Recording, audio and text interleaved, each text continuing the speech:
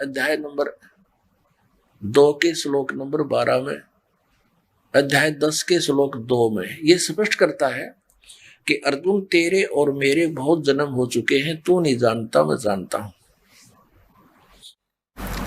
इसे सिद्ध हो गया कि गीता ज्ञान दाता नासवान है, अविनाशी नहीं है। और ये भी स्पष्ट करा है कि केवल उस परमात्मा की भक्ति करो, उस सनातन परमात्मा की, उस परम अक्षर ब्रह्म की। अपने आत्माओं, गीता जी अध्याय नंबर 15 के श्लोक नंबर 16 और 17 में 3 पुरुष बताए हैं। पहले थोड़ा सा कंसेप्ट ये क्लियर करना पड़ेगा कि 7वें अध्याय के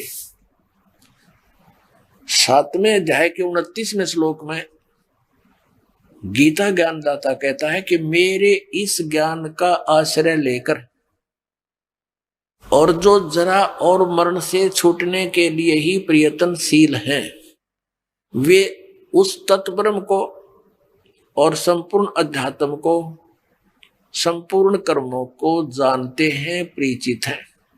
8वें अध्याय के प्रथम श्लोक में गीता ज्ञान दाता से अर्जुन ने पूछा, फिर किम तत्ब्रह्म, कि जो जरा और मरण से, जरा माने वृद्धावस्था, मरण माने मृत्यु, इस दोनों संकटों से ही निवारण के लिए साधना रत हैं, तो ऐसा वो तत्ब्रह्म क्या है और क्या है वो अध्यात्म, क्या वो कर्म क्या है, वो मुझे बता। 8वें अध्याय के 3 श्लोक में गीता ज्ञानदाता ने कहा कि वो परम अक्षर ब्रह्म है।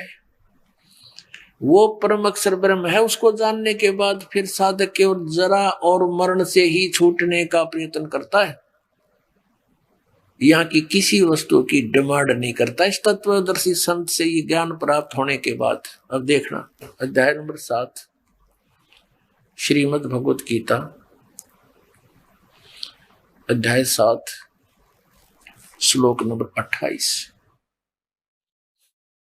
29, इसमें क्या कहा है? जरा मरण मोक्षाय, जरा माने वृद्धावस्था, मरण माने मृत्यु, मोक्षाय माने उससे छुटकारे के लिए, मोक्ष के लिए, माम आश्रित यतन्ति ये ते ब्रह्म तत्विदु कृष्णम अध्यात्म कर्म से अखिलम। अनुवाद यहां देखेंगे इसका अगले पृष्ठ पे।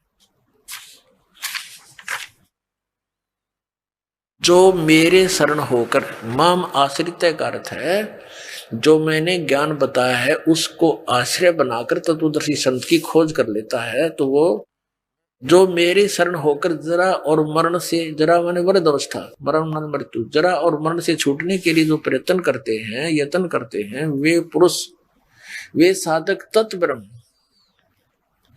देखो तत्ब्रह्म, उस ब्रह्म को और संपूर्ण अध्यात्म को तथा संपूर्ण कर्मों को जानते हैं। यहाँ पर बिल्कुल ये 30वां तो लास्ट में कहता जो मुझे जानते हैं मुझे प्राप्त होते हैं। अब यहाँ देखिए पैरेलल 8वें में अर्जुन ने प्रश्न किया कि किम तत्ब्रह्म और किम अध्यात्म, किम कर्म पुरुषोत्तम, अधिभूत च किम प्रोक्तम, अधिदेवम किम उच्यते।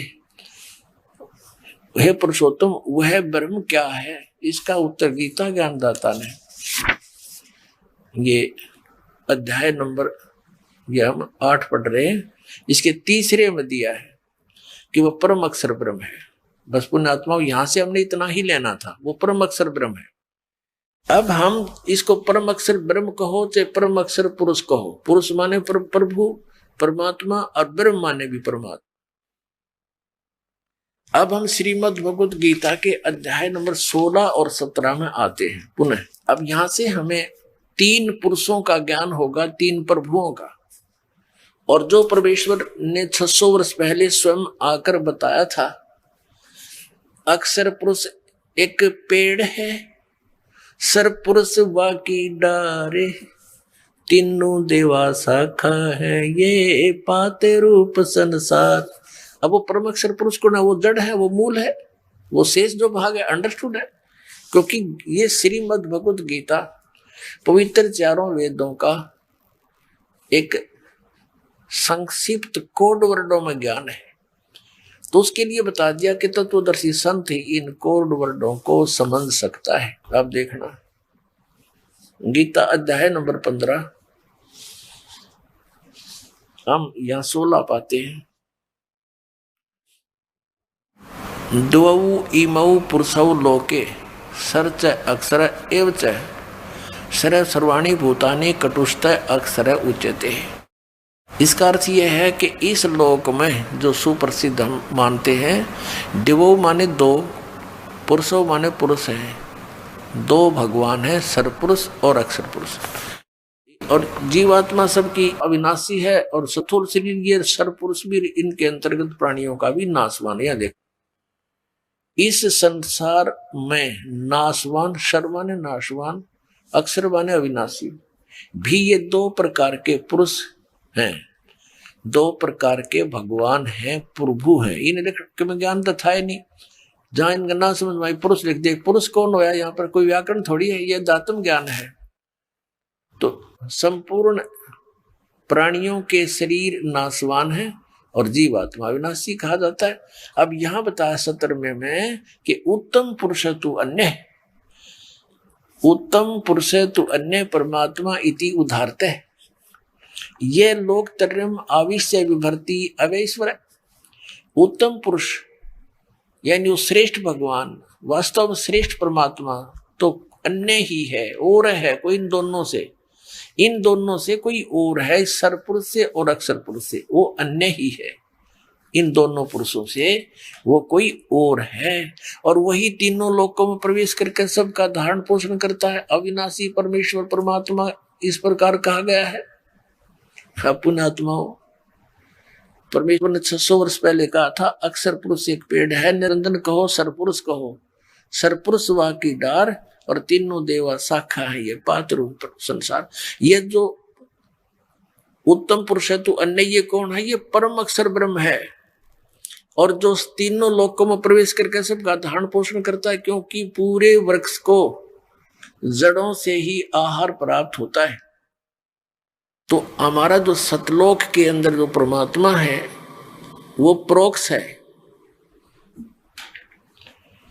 यजुर्वेद अध्याय नंबर 40 के मंत्र नंबर 17 में, यजुर्वेद का अंतिम अध्याय है 40वां, और अंतिम मंत्र है यजुर्वेद के उस 40वें अध्याय का 17वां मंत्र। उसमें और 15वें में तो गीता ज्ञान दाता अपने विषय में कहता है कि मेरा ओम नाम है, इस ओम नाम का सिमरण कर। और फिर 17वें में ये कह दिया कि वो परमात्मा तो प्रोक्ष है, गुप्त है, हिडन है, छुपा हुआ है। जैसे जड़ें नीचे छुपी हुई होती है, ऐसे वो परमात्मा गुप्त है, ऊपर प्रोक्ष पूर्ण परमात्मा। और मैं ब्रह्म हूं, मेरा ओम नाम है। ये देखिएगा यजुर्वेद आपको दिखाते हैं। प्रकाशक है सार्वदेशी कार्य प्रतिनिधि सभा 2/5 महर्षि दान भवन रामलीला मैदान नई दिल्ली। महर्षि दान सरस्वती कर, इसका अनुवाद किया महर्षि दान ने। ये वेदों का लेखक नहीं है। मुद्रक Prince offset printers 1510 Pataudi house त्रियागन नई दिल्ली। ये है यजुर्वेद भाष्यम।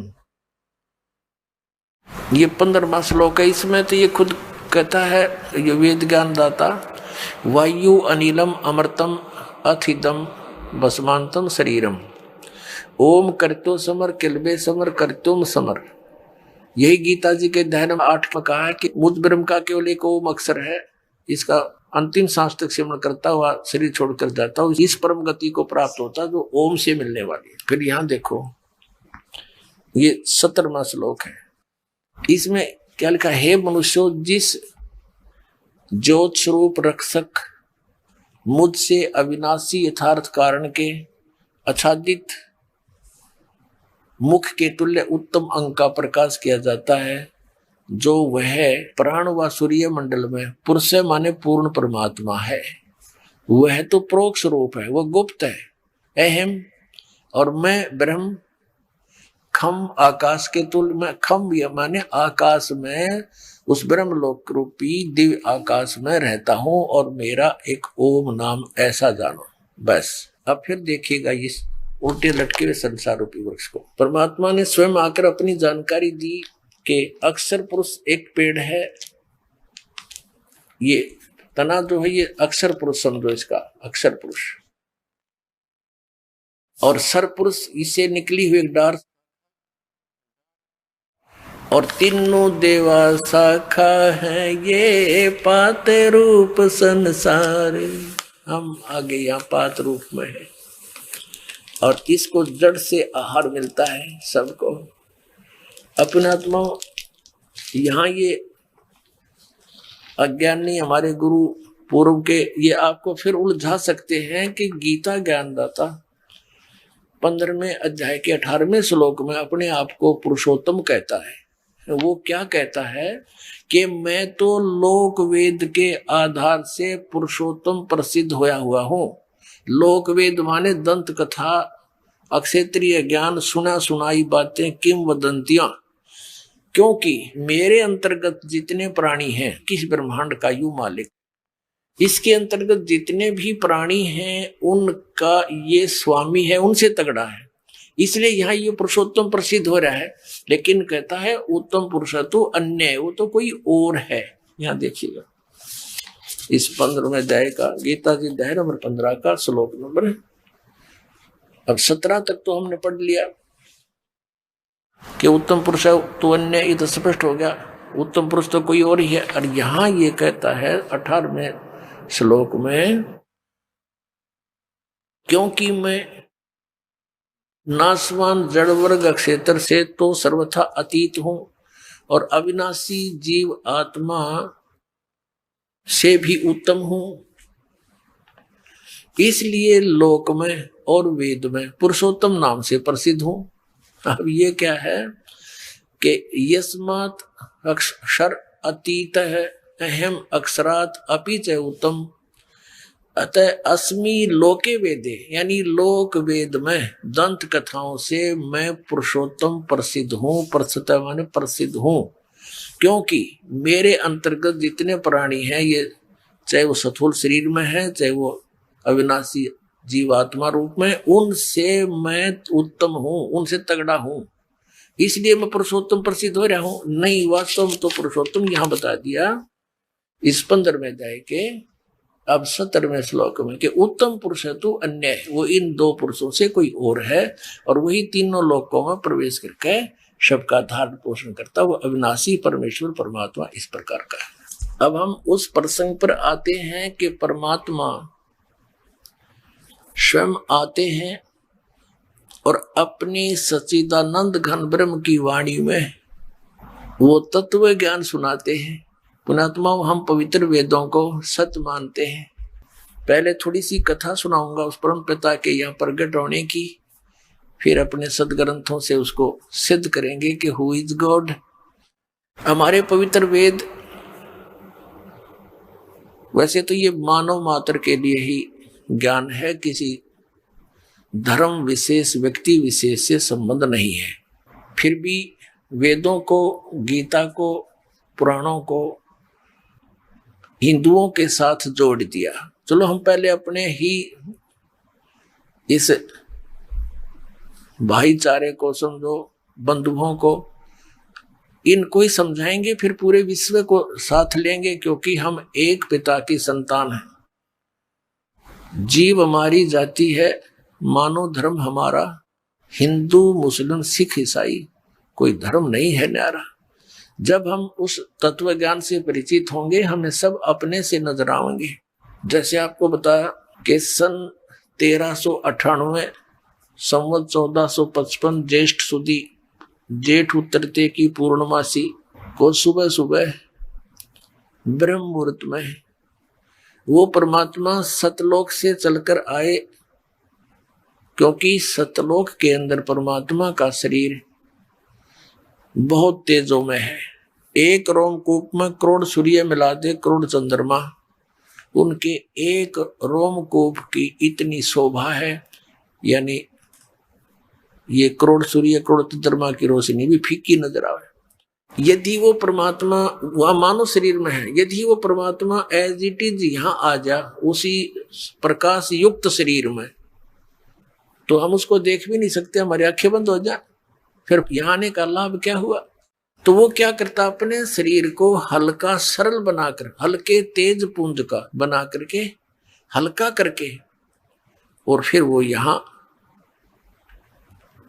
हमारे को मिलते हैं। तो ऐसे वो परमात्मा प्रत्येक युग में एक ऐसी लीला करते हैं कि एक बालक रूप धारण करते हैं और किसी सरोवर में कमल के फूल पर आकर विराजमान होते हैं, जिसके कारण उस परमात्मा को नारायण कहते हैं।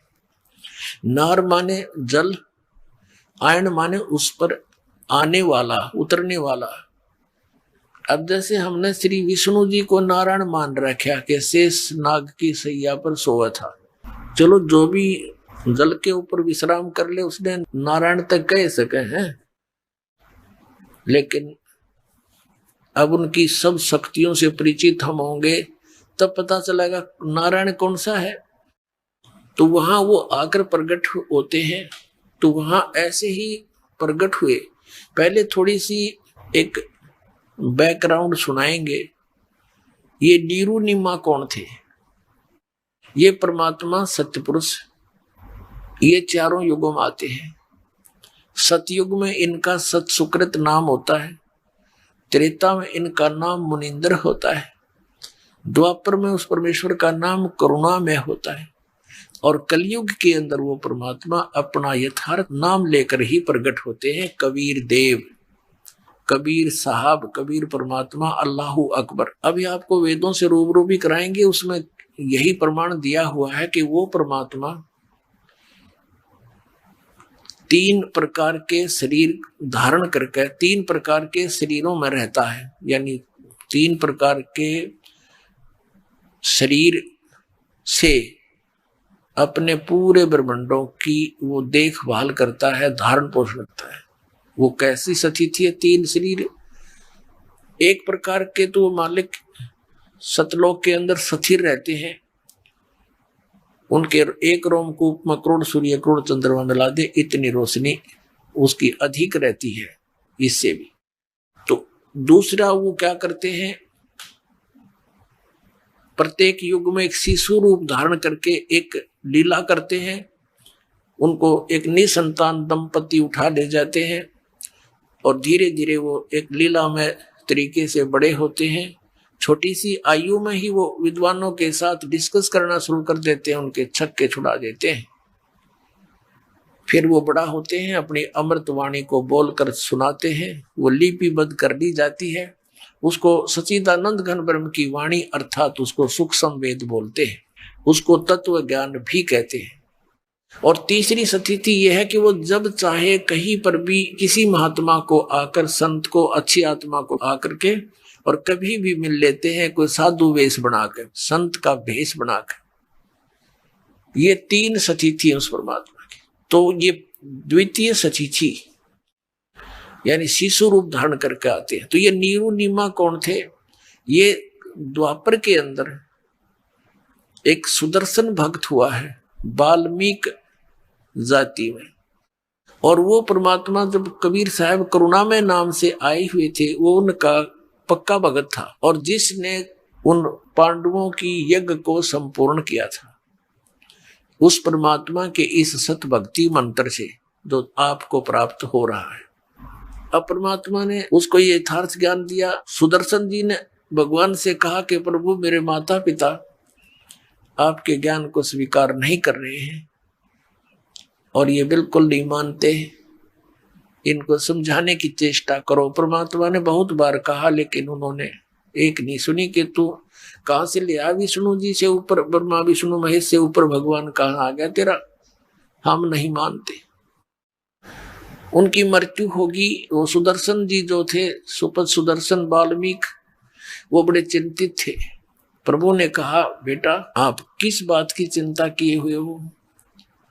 ये तो सब ने आना और जाना है, जो सत भक्ति नहीं करेंगे उनकी ऐसी ये चक्कर बना ही रहेगा। सुदर्शन जी ने कहा कि परमात्मा अब तो अंतर्यामी है, इस मरने और जीने की चिंता दास को नहीं है। मुझे चिंता ये सता रही है कि मेरे माता पिता कितनी अच्छी आत्मा के थे और आपके ज्ञान को ना स्वीकार करके अब उनकी के दुर्गति होगी। मैं चिंतित हूं। मरना तो कोई बात नहीं। एक दिन भगवान ने कहा कि सुदर्शन चल तुझे सतलोक ले चलूं। कहने लगा ले चलो मालिक, हम तैयार बैठा आपका दास। फिर परमेश्वर ने कहा कि कोई तेरी यहाँ इच्छा तो नहीं है किसी यहाँ संसार की किसी वस्तु में। तब उसने कहा परमात्मा और मेरी कोई इच्छा नहीं। एक इच्छा समझो और चाहे मेरी कमजोरी समझो, आप तो अंतर्यामी हैं कि मेरे माता पिता बहुत अच्छे थे, ये प्रभु उन्होंने भक्ति नहीं करी, अब वो कितना कष्ट उठा रहे होंगे। मेरी आपसे प्रार्थना है कि हे परमात्मा उनको किसी जन्म में अपनी शरण में ले लेना, उनका कल्याण करना। अब पुण्यात्मा परमात्मा ने सोचा कि अब देख इतना ज्ञान दे दिया फिर भी इतना प्रेशर इसके ऊपर, इस अज्ञान का। फिर मालिक ने सोचा कि एक मुश्किल से एक भगत तैयार हुआ है और ये और रह जाएगा इस माँ बाप के चक्कर में। तब परमात्मा ने कहा बेटा तू चिंता ना करे, तेरे माता पिता को मैं अवश्य शरण बनूंगा और उसको पार कर दूंगा। तब वो प्रसन्न हो गया, खुश हो गया। अब मैं निश्चिंत हो गया भगवान कि अच्छा चाली तू अब मर ले, सतलोक में चल। अब उसको सतलोक भेजा। तो कहने का भाव ये है, यह भी कमजोरी हमारी, अंत में जब तक हमारा हृदय यहाँ से कंप्लीटली नहीं हट जाएगा तो हम फिर यहीं आ जाएंगे। लेकिन जो साधना आप कर रहे हो ये अनमोल रत्न है, ये आपको यहाँ पर वापस मिल जाएगा। फिर इसका फायदा क्या हुआ, स्वर्ग में चले जाओगे, वहां देवता बन जाओगे, फिर मृत्यु होगी, फिर यहाँ 84 लाख में फिर भटकोगे। अब ये सुदर्शन का ये भी कमजोरी थी, वीकनेस थी उसकी, वो भी यही रखने की, काल के जाल में फंसाए रखने की। जैसे एक वृद्ध व्यक्ति कमजोर सा था, उसके अस्थि पंजर सा दिखा था। डॉक्टर के पास गया, डॉक्टर से कहा डॉक्टर जी मैं उठता हूं ना तो मुझे चक्कर आते हैं। डॉक्टर ने कहा कि बाबा यह कमजोरी है, वीकनेस है, कमजोरी है। फिर कहा कि मेरी पिंडलियों में दर्द रहता है। डॉक्टर ने कहा कमजोरी है। मेरे सिर में दर्द हो जाता है। डॉक्टर ने कहा बाबा कमजोरी है। तो वो बाबा जो नाराज हो गया और कहने लगा तो डॉक्टर है गम चक्र, एक के बाद जाना है क्या, कमजोरी है, कमजोरी है, कुछ और भी कहेगा। तो डॉक्टर ने बोला बाबा यह भी कमजोरी है, क्योंकि कमजोर आदमी ने गुस्सा गणाया करे। तो यह भी कमजोरी ही थी उसकी, सुदर्शन जी की, जो न्यू कह था कि मेरी क्या इच्छा नहीं है भगवान, किसी चीज में इच्छा नहीं है, बस मेरे माता पिता की याद आवे है कि वो कितना दुखी हो रहे होंगे। यह भी कमजोरी ये थी जो यहाँ फंसा देती, उसको माता पिता के पास पटक दे, वो काल उसको उठा के जहाँ आशा ता बासा हुई। तो पुण्यात्माओं अगले जन्म में वो सुदर्शन जी के माता पिता ब्राह्मण और ब्राह्मणी दोनों का योग हो गया। तो परमात्मा उनको मिले, लेकिन उन्होंने उनकी बात को नहीं माना। 3-4 वर्ष के होके अंतर ध्यान हो गए, वापस फिर नहीं आए। परमात्मा ने कहा था तुम नाम ले लो। 3 वर्ष का बालक थे और उस सुदर्शन की माता पिता वाली आत्मा से कहा कि तुम उपदेश ले लो। और वो नो के हम ये हमारे पास रहे और हमने नो का नाम ले लो, मैंने गुरु बना लो। देख बेइज्जती करे हमारी। परमात्मा अंतर ध्यान हो गए। वो सारी जीवन रो रो कर काटा न, वो जीवन बहुत बुरी तरह रोते रहे, उनकी तरफ बना दी। ये सचमुच भगवान थे, हमने मानी नहीं उनकी बात। अगले जन्म में वो फिर ब्राह्मण ब्राह्मणी का हो गया और वो भगवान शिव के उपासक थे। गौरी शंकर सरस्वती उनका नाम था। तो गौरी शंकर सरस्वती इनका नाम था। इनका दोनों का फिर योग हो गया पति पत्नी के रूप में। गौरी शंकर जो है ये भगवान शिव के पुजारी थे और बहुत ही नेक आत्मा थे।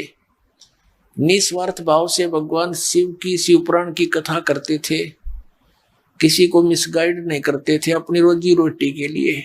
और कथा में जो भी कोई दान दक्षिणा आ जाती थी उसी से निर्वाह चल रहा था।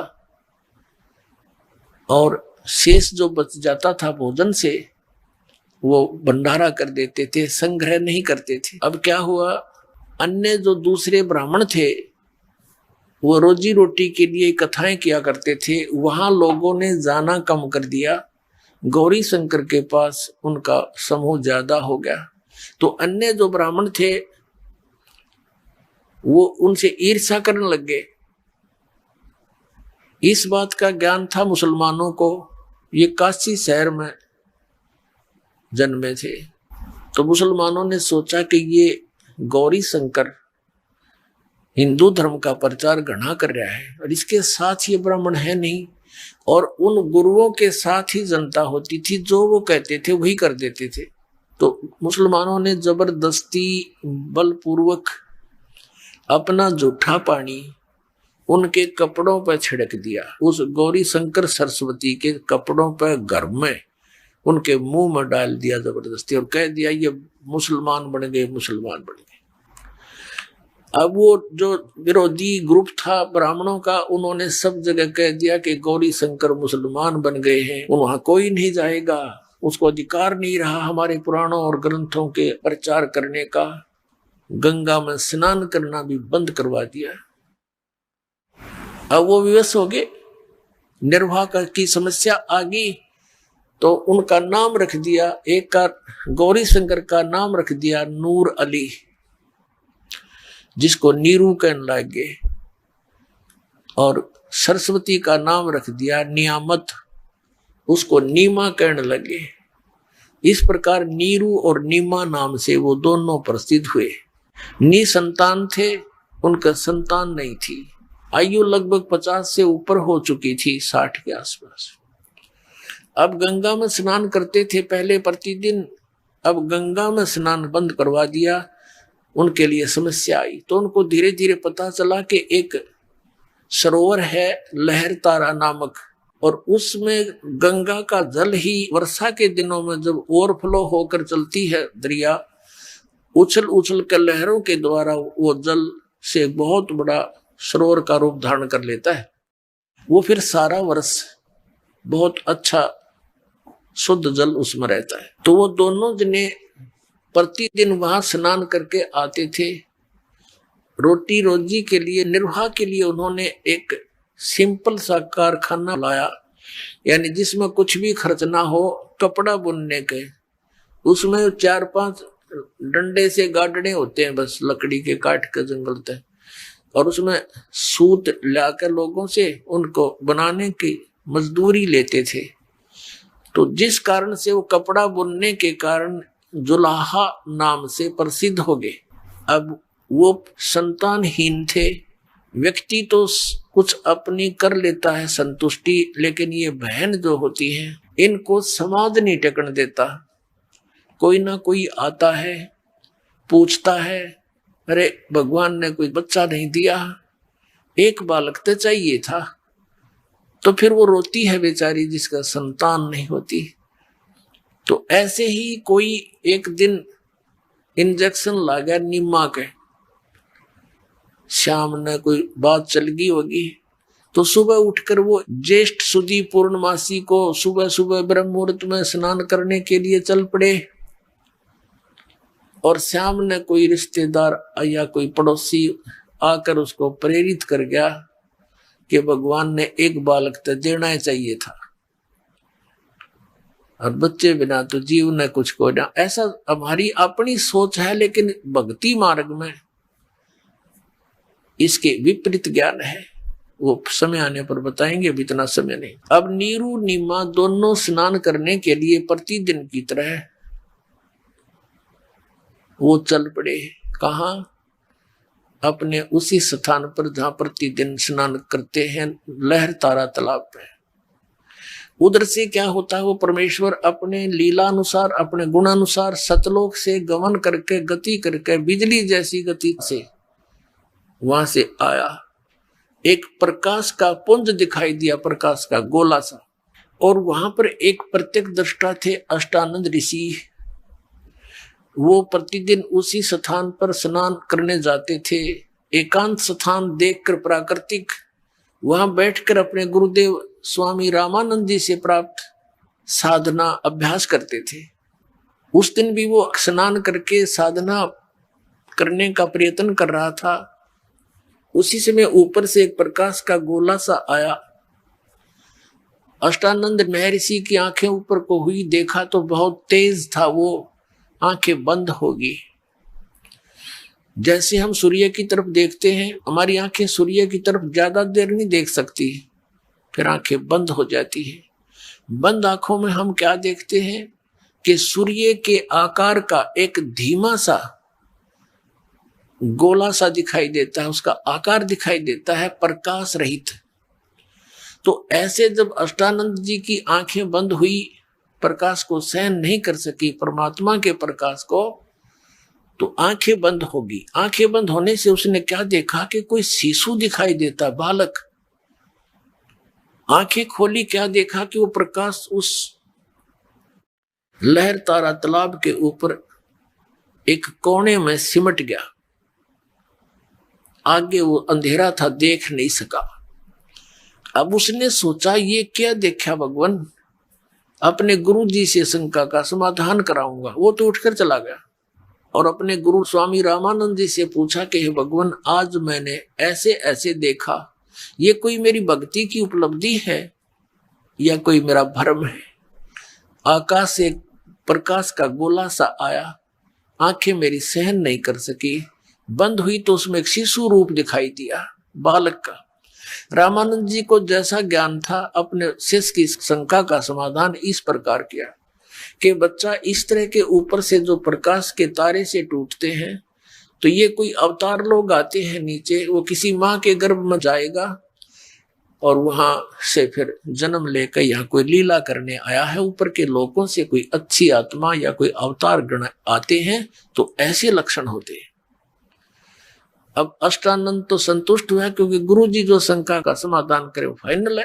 अब उधर से क्या हुआ, वो नीरू नीमा आ रहे थे स्नान करने के लिए उसी स्थान पर लहर तारा तालाब में। रास्ते में नीमा को वो बातें याद आई जो शाम के समय किसी बहन ने उसको कोई प्रेरणा कर दी थी कि बता, बालक बिना भी कोई जीवन हो से। तो वह ज्यादा दुखी हो रही थी, रोने लगी। हे भगवान शिव जी, भले ही वो मुसलमान बन गए थे, लेकिन भगवान शिव की पूजा हृदय से वो भूल नहीं पाए थे। और कहने लगे, भगवान शंकर, आपके घर में क्या बच्चों की कमी है? इस दासी को भी एक कोई लाल दे देते, कोई बच्चा दे देते, मेरा भी संसार में हिस्सा हो जाता। पता नहीं क्या क्या बात बनावे हैं, मुझे देखकर छुप जाते हैं कि ये तो मनहूस आएगी। न्यू का कवर रोवा बुरी तरह। अब नीरू ने कहा, नीमा, यदि हमारे किस्मत में होता तो भगवान शंकर हमें दे ही देते। अब आंखें खराब ना करें, देखो बच्चा हमारा कोई है नहीं, आंखें तो रो रो कर अंधी हो जाएगी, उंगली पकड़ने वाला बुढ़ापे में कोई है नहीं, तो कुछ विचार विवेक से काम ले, मत रोया कर, चुप हो जा। ऐसे कहते कहते वो लहर तारा तालाब पर आ गए। अब पहले नीमा ने स्नान कर लिया, नीरू बाहर बैठ गया। नीमा स्नान करके बाहर आई, नीरू स्नान करने के लिए फिर लहर तारा तालाब में प्रवेश कर गया। अब ब्रह्म मुहूर्त होता है सुबह का 1.5 घंटा सूर्य उदय होने से पूर्व, और वो 1.5 घंटा ऐसा होता है कि एक बार तो ऐसा अंधेरा दिखेगा, फिर तुरंत ही चांदना रोशनी सी बन जाती है, नो कुछ दिखाई सा खूब दिखाई देने लग जाता है। नीमा जो वस्त्र बांध कर स्नान किया था उसने, उसको धोने के लिए वापस किनारे पर गई, तो क्या देखा कि कमल के फूल पर कोई वस्तु हिल रही है, क्योंकि परमात्मा लीला कर रहे थे, कमल के फूल पर लेटे हुए थे और एक पैर को हिला रहे थे। ये अष्टानंद ऋषि सामने बैठा है, परमात्मा कमल के फूल पर विराजमान है, अष्टानंद जी की आंखें खुली की खुली रह गई है, और ये आकाश से प्रकाश आने का चित्र आपने देखा। अब नीमा ने क्या देखा कि कोई सर्प तो नहीं है, कहीं मेरे पति को ना डस ले।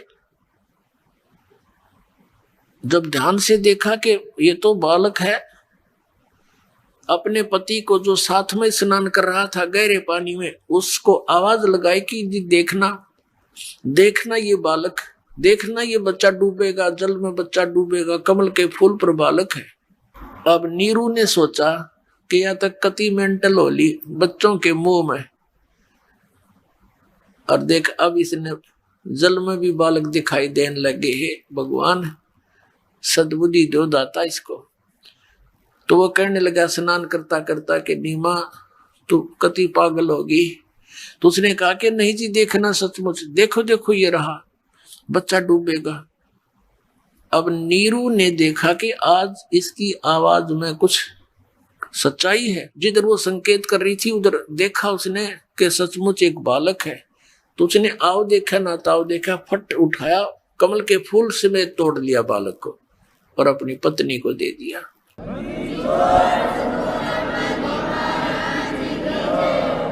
और नीमा इस परमेश्वर को लेकर के बाहर आ गई सरोवर से। अब नीरू नहा रहा था और नीमा ने देखा उस परमात्मा का इतना सुंदर शरीर, इतना सुंदर चेहरा।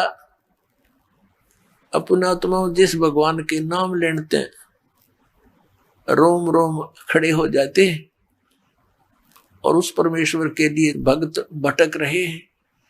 लाखों वर्षों, हजारों वर्षों, सैकड़ों वर्षों तक तपस्याएं कर ली, वो परमात्मा ना मिला। और उस बहन को नीमा की गोदी में बैठा है। अपनात्मा बर्फ तो दूर से ही ठंड कर देती है और निकट हो जाता कति गर्मी आसपास नहीं आने दे। तो संसारिक जो दुख उस भगवान की प्रेजेंस में छू मंतर हो जाते हैं। और जब ये टेंशन खत्म हो जाती है तो आत्मा अपने आप को हल्का सा महसूस करती है। तो परमात्मा की उपस्थिति में ये समाप्त हो जाते हैं। अपनात्मा जिस भगवान के नाम लेते हैं रोम रोम खड़े हो जाते हैं और उस परमेश्वर के लिए भक्त भटक रहे हैं। लाखों वर्षों, हजारों वर्षों, सैकड़ों वर्षों तक तपस्याएं कर ली, वो परमात्मा ना मिला। और उस बहन को नीमा की गोदी में बैठा है। अपनात्मा बर्फ तो दूर से ही ठंड कर देती है और निकट हो जाता कति गर्मी आसपास नहीं आने दे। तो संसारिक जो दुख उस भगवान की प्रेजेंस में छू मंतर हो जाते हैं। और जब ये टेंशन खत्म हो जाती है तो आत्मा अपने आप को हल्का सा महसूस करती है। तो परमात्मा की उपस्थिति में ये समाप्त हो जाते हैं। तो जिस मालिक के नाम लेने आत्मा गदगद हो जाती है और उसको वो माई लाड कर रही है, सीने से लगा रही है, कदे उसका मुंह चूम रही है और शुक्र मना रही है अपने भगवान शंकर का। हे भगवान, हे शंकर भगवान, आज अर्ज करी थी हृदय ते, आज सुन दी मेरी। अब परमात्मा कहते हैं कि जगत का पेख ना पेखा और धनी का नाम ना लेखा। वहां नंबर शंकर भगवान के बड़न लग रहे हैं और मालिक खुद आ रहे हैं उसके लिए। ऐसे था हमारे साथ। हम लोकवेद के आधार से जो भी साधनाएं करते थे, जो भी सुख होता था प्रारब्ध बस, तो हम इन भगवानों को क्रेडिट देते थे, ब्रह्मा विष्णु महेश और श्याम जी हनुमान जी को, जब इनका कोई रोल नहीं प्रारब्ध के अंदर। ना ये सुख दे सकते ना ये दुख दे सकते। आपको परमात्मा की अमृतवाणी सुनाते हैं। 84 बंधन कटे कीनी कल्प कबीरे, भवन चतुर्दश लोक सब ये टूटे जम जंजीरे। अनंत कोट ब्रह्मांड में वो बंदी छोड़ कहाए, सो तो एक कबीरे हैं वो जननी जने नमाए। पुणात्मा, ये इतना लंबा सिलेबस है कि जो दास आज शुरू करना चाहे था, सुनाना चाहे था, वहां तक तो पहुंच ही नहीं पाया है। फिर भी ये सारा ज्ञान मिलकर ही हमारा पूरा कोर्स होगा। अब यहाँ क्या बताया है कि परमात्मा ने मालूम था कबीर परमेश्वर जी को कि मैं जो वाणी अपनी बोलकर जा रहा हूं सच्चिदानंद घन ब्रह्म की वाणी, कबीर वाणी, तो आने वाले समय में ये काल के दूत नकली कबीर पंथी इसमें बहुत सा फेर बदल कर देंगे, दंत कथा बना लेंगे। उसकी पूर्ति के लिए उन्होंने आदरणीय गरीबदास साहिब जी को वो सतलोक से चलकर आए एक साधु रूप में, गांव छुड़ाने जिला जज्जर हरियाणा के अंदर खेतों में गौ चरा रहे थे, वहां मिले। 10 वर्ष के बालक थे आदरणीय गरीबदास साहिब जी। उनकी आत्मा को सचखंड लेकर गए, सतलोक दिखाया, सारे ब्रह्मांड दिखाए, ब्रह्मा विष्णु महेश की सचिति से परिचित कराए, फिर उनको वापस छोड़ दिया। उन्होंने फिर वो परमात्मा की महिमा सुनाई, सारी आंखों देखी। अभी नकली कबीर पंथियों की थोड़ी सी झलक दिखाते हैं आपको। इनके द्वारा बताए गए परमात्मा के प्रगट का वैसे तो मिलता जुलता तो इन्होंने ठीक किया है, लेकिन हंसी आवे ऐसा ज्ञान कथा ये बेतुका। अब कहते हैं गुरु बिन काहू न पाया ज्ञाना, जो थोथा वो छड़े मूड के साना। ये देखिएगा एक कबीर सागर है, ये सचिदानंद गणब्रह्म की वाणी है या, और लिपिबद्ध की है आदरणीय धर्मदास साहिब जी ने, और खेमराज श्री कृष्ण दास प्रकाशन मुंबई से ये प्रकाशित है। ये कबीर पंथी ही इसका संशोधक है। कबीर पंथी भारत पथिक स्वामी युगलानंद बिहारी द्वारा परिष्कृत ये प्रकाशक व मुद्रक हैं। इसके अध्यक्ष वेंकटेश्वर प्रेस, खेमराज श्री कृष्ण दास मार्ग, मुंबई। अब इसके देखियो ना के ऊपर अड़ंगा कर रखे है, ये बोध सागर कबीर चरित्र बोध नामक एक सब्जेक्ट है, अध्याय है यो, इसमें चैप्टर है। यहाँ क्या लिखा है कि संवत 1455 विक्रमी ज्येष्ठ सुदी पूर्णमासी को सोमवार के दिन सतपुरुष का तेज काशी लहर तारा तालाब में उतरा। उसमें पृथ्वी और आकाश प्रकाशित हो गया। उसमें अष्टानंद वैष्णव एक तालाब पर बैठे थे। वर्षा हो रही थी। बादल आकाश में घिरे रहने के कारण अंधकार छाया हुआ था और बिजली चमक रही थी। जिस समय वह प्रकाश तालाब में उतरा उस समय समस्त तालाब जगमग जगमग करने लगा, बड़ा प्रकाश हुआ और वह प्रकाश उस तालाब में ठहर गया और प्रत्येक दिशाएं जगमगाहट से परिपूर्ण हो गई। इस आश्चर्य में प्रकाश को देखकर अष्टानंद जी आश्चर्यचकित हुए। प्रकाश के फैलते ही मयूर, चकोर आदि नाना प्रकार के पक्षी बोलने लगे। अष्टानंद जी जो उस तेज के को देखा तो अष्टानंद जी ने उस तेज को देखा तो आन कर उसका समस्त विवरण रामानंद स्वामी से कहा। मैंने लहर तारा तालाब में एक ऐसी ज्योति का निरीक्षण किया जिससे मुझको अत्यंत आश्चर्य हुआ। उस ज्योति का आकाश में उतरे और लहर तारा तालाब में ठहरते देखा। ये सारा तब यह बात सुनकर रामानंद स्वामी ने अष्टानंद से कहा कि वह प्रकाश जो तुमने देखा उसका कौतुक शीघ्र ही तुम्हारे देखने और सुनने में आवेगा। वह तेज बालक के आकार में हुआ। उस जल के ऊपर कमल के पुष्प में उतारने और बालक के सदृश हाथ पांव फेंकने लगा। आगे नीरू के पूर्व जन्म की कथा। सोपत सुदर्शन के माता पिता के थे। वे दोनों भंगी का शरीर छोड़कर ब्राह्मणी हुए थे। ये अर्थी ठीक रखे। आगे देखिए तो दास बताना चाहता है। नीरू जुल्हा काशी नगरी में रहता था। एक दिवस वह अपनी स्त्री से चला आता था। अच्छा देववात वह लहर तारा तालाब के समीप से निकला। उसकी स्त्री नीमा प्यासी हुई और जल पीने के निमित्त वह तालाब पर गई। वहां देखा तो एक बड़ा ही सुंदर बालक कमलों में तैरता फिरता है और हाथ पांव फेंक रहा है। उस बालक को देखकर नीमा तालाब के भीतर घुसकर बच्चे को अपनी गोद में उठा लिया और तालाब से बाहर निकलकर नीरू के पास आई। अब दास्तोयद की नाला की बताना चाहता था ये है कि वो तब पूछा कि ये किसका लड़का ले आई। तब नीमा ने उत्तर दिया कि मैंने तालाब में पाया है। नीरू ने कहा कि ये लड़का जहां से तू लाई है वहीं रखा, नहीं तो मालूम कि ये किसका लड़का है। तब उस स्त्री ने उत्तर दिया कि ऐसा सुंदर बालक तो मैं कदापि नहीं छोड़ूंगी।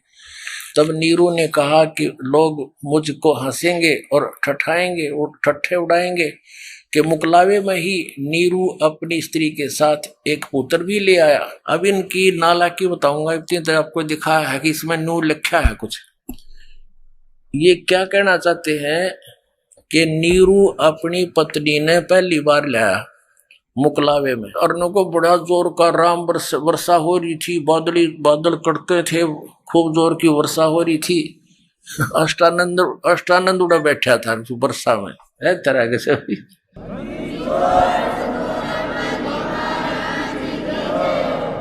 अकल देखो इनकी। अष्टानंद वह साधना कर रहा था उस वर्षा में। ये बिना तो की बात।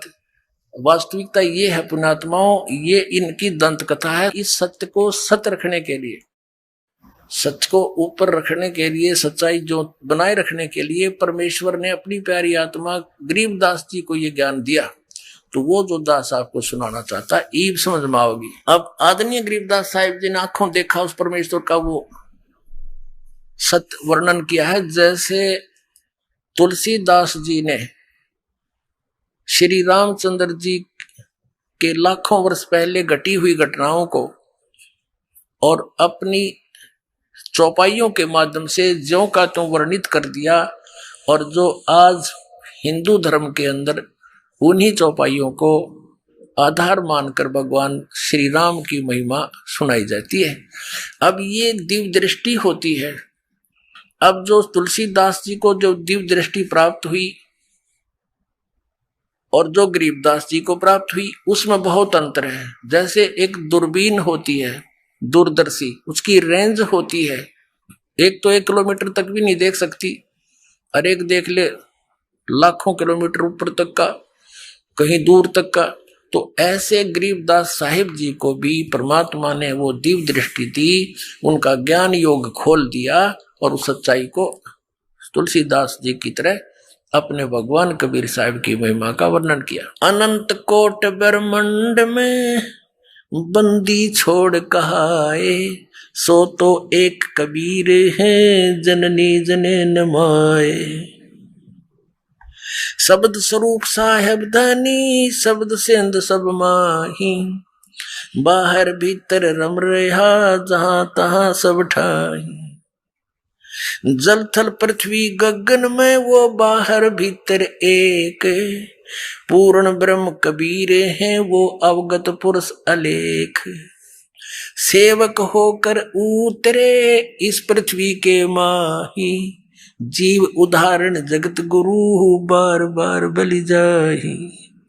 अब आदरणीय गरीबदास साहिब जी क्या कह रहे हैं कि वो दास बनकर आए यहाँ पर, कहते हैं सेवक होकर उतरे, अवतरित हुए, वहां सीधे चलकर आए। वो किसी माता पिता से जन्म नहीं हुआ, उनका मां से जन्म नहीं, सेवक होकर उतरे इस पृथ्वी के मां।